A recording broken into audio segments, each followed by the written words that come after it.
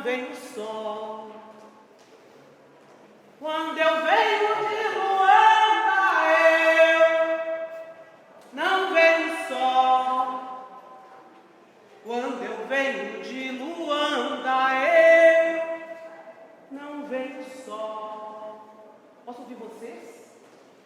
Quando eu venho de Luanda, não vem o sol. Quando eu venho de Luanda, não vem o sol. Eu fui pega a traição, trazida na covardia, pois se fosse muito honesta de lá, ninguém me trazia. Na pele eu trago a noite, na boca brilha o luar, trago a força e a magia, presentes dos orixás. Quando eu venho de Luanda, não venho só. Quando eu venho de Luanda, não venho só. Trago meu corpo cansado, coração amargurado, saudade de fazer dó. Quando eu venho de Luanda, não venho só. Quando eu venho de Luanda, não venho só. Muito obrigada.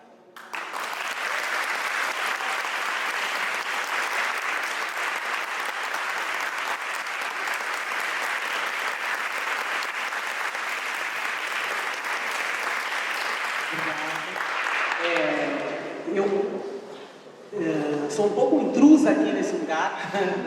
O meu amigo Igor me convidou, mas eu venho lá do campo das artes cênicas. Não é tão lá, a gente pertence aqui na Universidade Federal do Rio Grande do Sul. Estamos no mesmo instituto e eventualmente estamos próximos. Mas a gente ainda vive essa ideia de uma cisão de campos, né? E aí eu estou lá radicada no campo das artes cênicas. Começo com essa canção e antes também de mais delongas eu gostaria de saudar a minha ancestralidade a partir das mulheres da minha família. Eu sou Celina Alcântara, filha de Eni, que por sua vez é filha de Celina, de quem eu recebi o nome. Tenho também a honra de ter uma outra mãe, uma tia-mãe, que ajudou a criar a mim e aos meus 6 irmãos, são 7 ao todo. A irmã do meu pai, a tia Luci, filha de Ercília, minha avó paterna, uma mulher de axé, que nesse momento já se conta no Omuru. Essa ideia de começar cantando, eu não sou cantora, eu sou atriz e gosto de cantar. E o cantar tem a ver com as minhas reminiscências, tem a ver com a minha infância, tem a ver com essas mulheres que fazem parte da minha família. A minha mãe, uma mulher iletrada, ela é essa pessoa que a gente considera uma pessoa afinada, uma pessoa que consegue entoar as músicas a partir do modo como ela escuta e ela, a partir disso, se expressa cantando. Então eu sempre tive essa presença dessa musicalidade lá na minha mãe. Ela não é artista, não se apresenta, enfim, não se coloca lá nesse lugar, mas isso foi sempre muito forte para mim. Acho que por isso eu acabei desenvolvendo também, a partir desse mesmo lugar. Eu não tenho nenhuma formação em música, mas eu trabalho com música, com a voz cantada em mim e também nos meus, com aqueles com os quais eu me relaciono na situação pedagógica com os estudantes e estudantes. As estudantes e os estudantes. E E a música, para mim, tem a ver com isso, com essa reminiscência, com essa relação com esse feminino. E, ao mesmo tempo, eu me dou conta disso quando eu entro na universidade. Quando eu entro no Departamento de Arte Dramática, onde hoje eu dou aula, para fazer o curso de interpretação teatral, foi a partir da minha professora de canto e de trabalho vocal que eu descobri que eu sabia cantar. Que eu fazia isso, mas eu nunca tinha sido interpelada nesse nível, né? De ter essa possibilidade de me expressar disso para além do meu cultivo pessoal. Né? E a partir daí, isso passou a fazer parte do meu trabalho e da minha relação com o meu modo de trabalhar, sobretudo a relação com o corpo-voz, que é das temáticas que eu trabalho como professora de teatro. Eu trabalho com a prática do trabalho do ator, corpo, voz, atuação. Outra coisa que eu acho que é importante, eu estou falando um pouco de mim, para pensar essas reminiscências que me constituem como artista e professor. Isso é uma coisa que está colocada em mim desde o princípio, que é essa relação mesmo entre ser artista e professora de maneira indistinta. Então, desde o primeiro momento lá na universidade, quando comecei a trabalhar, quando comecei a trabalhar, a estudar, quando entrei no Departamento de Arte Dramática, eu comecei também a trabalhar dando aula de teatro. Mesmo recém-aprendendo, eu vinha de um ensino médio, sem ter feito nenhum tipo de trabalho teatral. Essas duas coisas, elas foram se constituindo em mim de uma maneira mesclada, de uma maneira conjunta. De tal sorte que eu digo, e isso é realmente importante para mim, eu sou professora porque sou atriz porque sou professora, e não sei fazer uma coisa sem a outra. Não é nenhuma questão de opção. Eu não conseguiria fazer só uma das duas coisas. Porque realmente eu me forjei aí nesse lugar. E isso para mim é importante para pensar esse lugar da criação, para pensar esse lugar do pedagógico mesmo de maneira indistinta. Em 2002, eu fiz parte de um grupo de professores que criou os cursos lá da UERGS de artes. E a gente pensou uma ideia lá que foi da formação de um artista-professor. Muito pensando nessa nossa formação. Eu e os demais colegas, nós éramos oriundos da Universidade Federal do Rio Grande do Sul, todos, e todos tínhamos essa formação que, ao mesmo tempo, na universidade se deu um nível, mas que, naquilo que a gente chamava no mundo do trabalho, acabou mesclando as diferentes possibilidades. Né? Então, eu fiz bacharelado e sempre trabalhei como professora, e tinha colegas que fizeram licenciatura e trabalhavam também como artistas. Né? Então, quando a gente foi pensar nesse curso, a gente pensou a partir dessas relações que eram as nossas, mas que era o que a gente via, em geral, nos colegas, em todos que faziam a formação. Né? Que as pessoas, o pedagógico, o artístico, estão muito colados, estão muito juntos na prática artística. Estou falando especificamente daquilo que eu conheço mais, que são das artes cênicas. Então, a gente pensa esse curso a partir desse lugar, digamos assim, dessa meta, que é como explorar, como pensar, praticar essa relação a partir de uma formação, de uma proposição de formação, de um artista-professor. E uma das coisas que a gente se coloca em relação a isso é justamente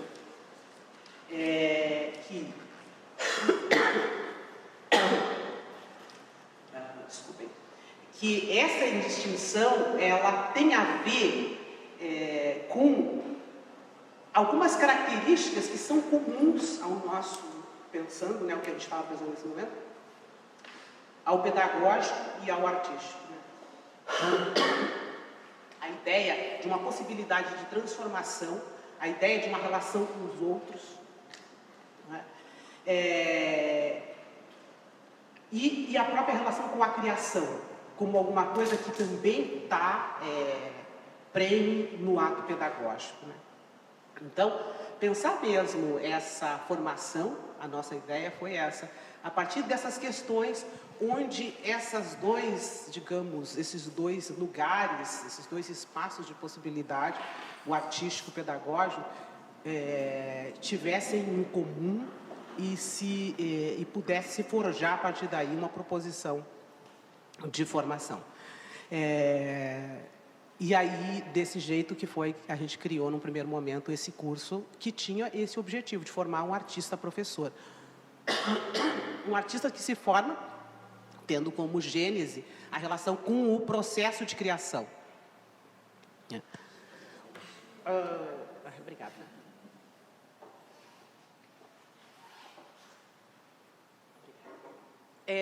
Uma outra coisa que é importante na minha trajetória em tudo isso é o fato óbvio de que eu sou uma mulher negra.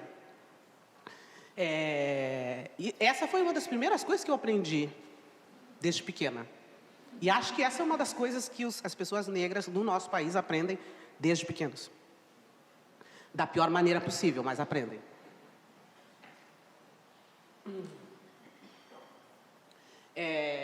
E aí a gente aprende que isso tem um preço, que isso tem um modo que isso nos demanda determinadas questões, que isso nos demanda determinadas dores e também lutas.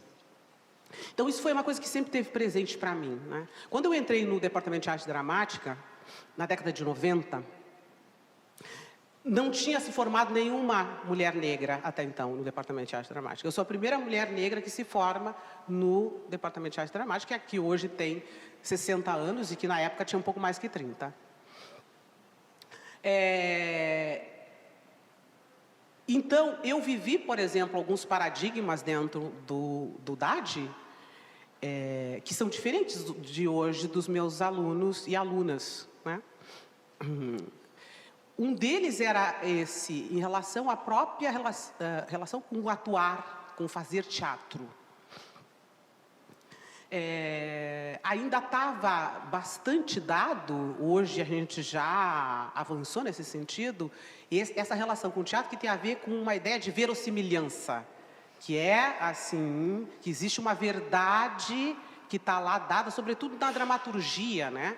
Se você pega um determinado texto de uma determinada época, você tem que ser verdadeiro com a época, no sentido de relatar aquilo exatamente como as relações se davam, né? Então, isso significou, durante alguns momentos, nesse meu primeiro momento de graduação, que eu podia fazer só determinados papéis. A saber, de empregada, escrava, prostituta e alguma coisa que se assemelhasse. Então, uma das coisas que para mim, desde um primeiro momento, se tornou assim um confronto necessário, foi isso. Eu não queria fazer, eu não queria ficar restrita a esses papéis. Eu queria poder falar do que eu quisesse.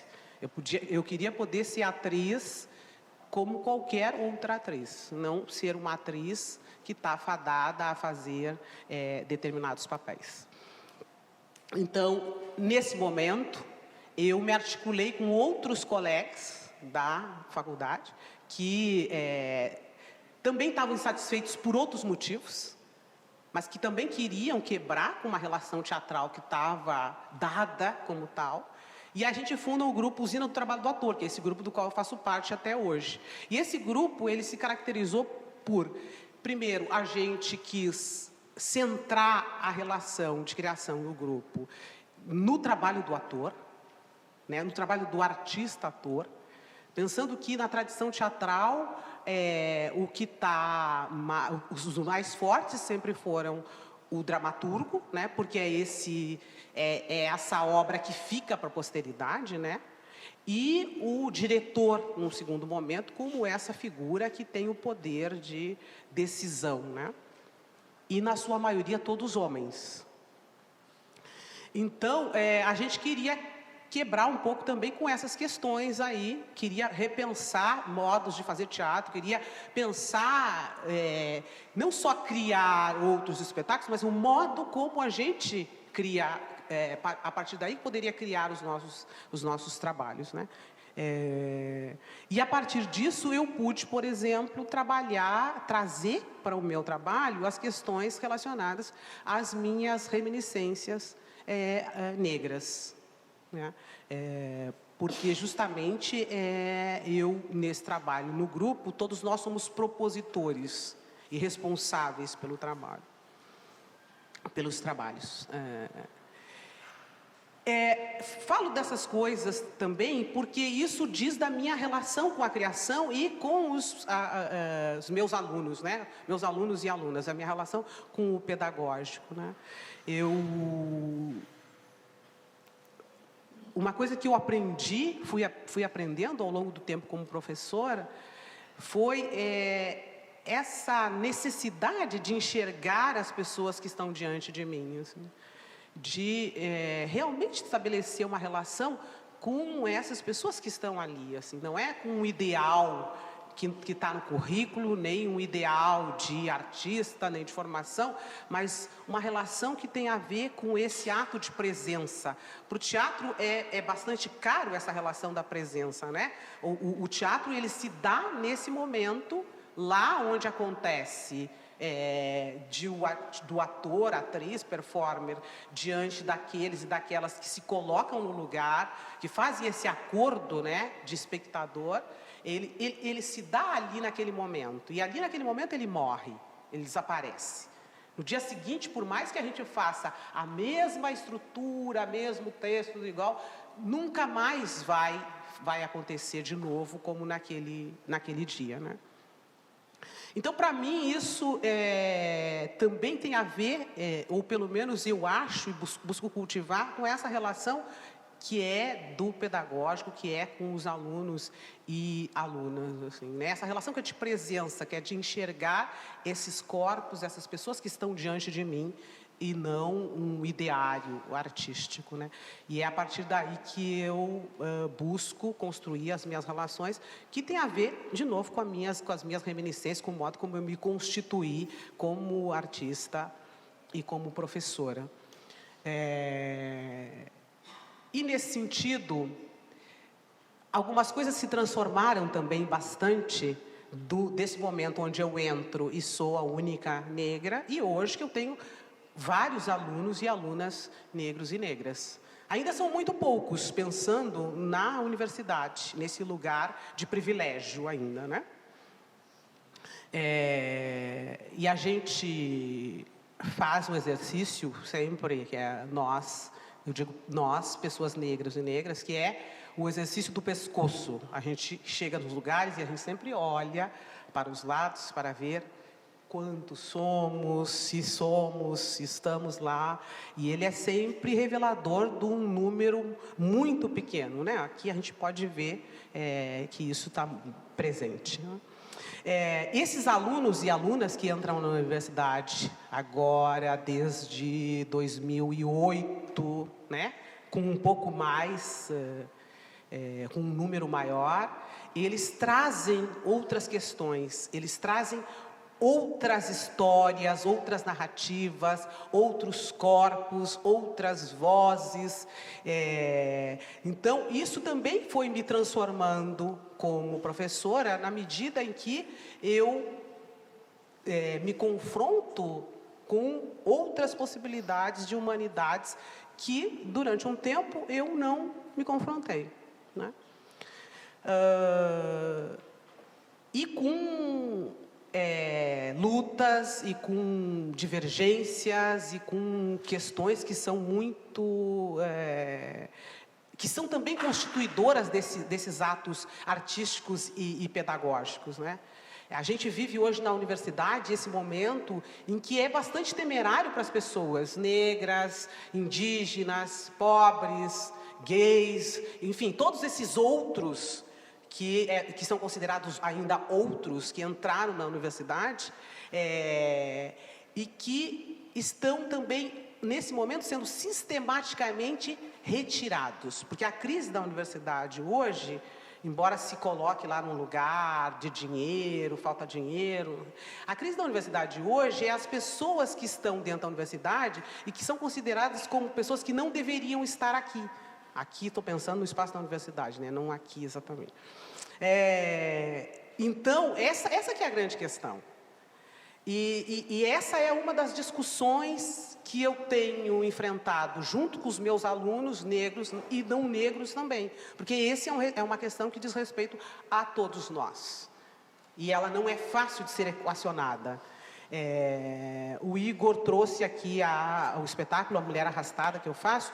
É um espetáculo que narra a história, o evento, o fato acontecido com a Cláudia Silva Ferreira, uma mulher negra da Zona Norte do Rio de Janeiro, que numa manhã de domingo, ao sair para comprar pão na padaria, para dar café para seus filhos, ela encontra com policiais que estão subindo o morro, eles atiram nela, e é uma coisa tão terrível, tão assim, tão absurda, que mesmo as pessoas do Morro da Congonha, onde aconteceu, acostumadas à violência da polícia, elas saem das suas casas e interpelam a polícia.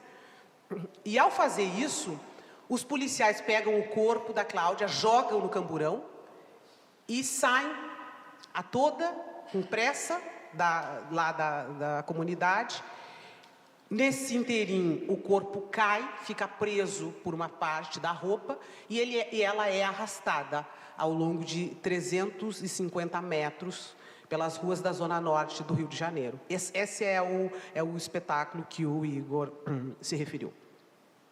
Então, num tempo em que a Cláudia Silva Ferreira não é uma exceção, né?